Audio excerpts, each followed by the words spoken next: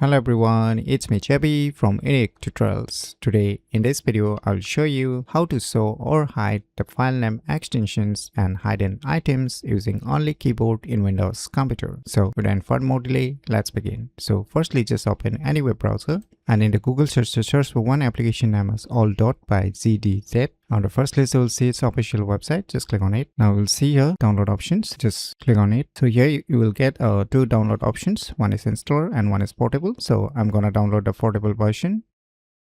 So finally the file has been downloaded. So let me go to the folder where it is being downloaded and let me close this web browser. So just double click it to extract this zip file.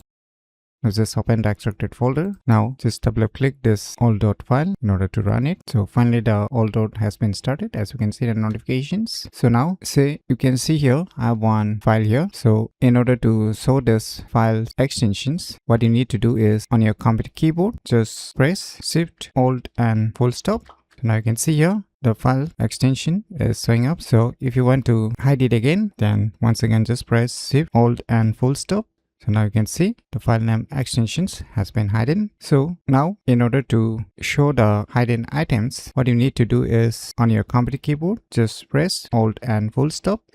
So now you can see all the hidden files showing up. So now if you want to hide this hidden items, then once again just press Alt and full stop. So now the hidden items will be get hidden. So by using these cool tricks, you can easily show or hide the file name extensions and hidden items using only keyboard in Windows computer very easily. So if you never known about these cool tricks, then you should definitely give it a try. So if you find this video tutorial useful, please click on the thumbs like button. And if you're new to our channel, click on the subscribe button. And lastly, thanks for watching.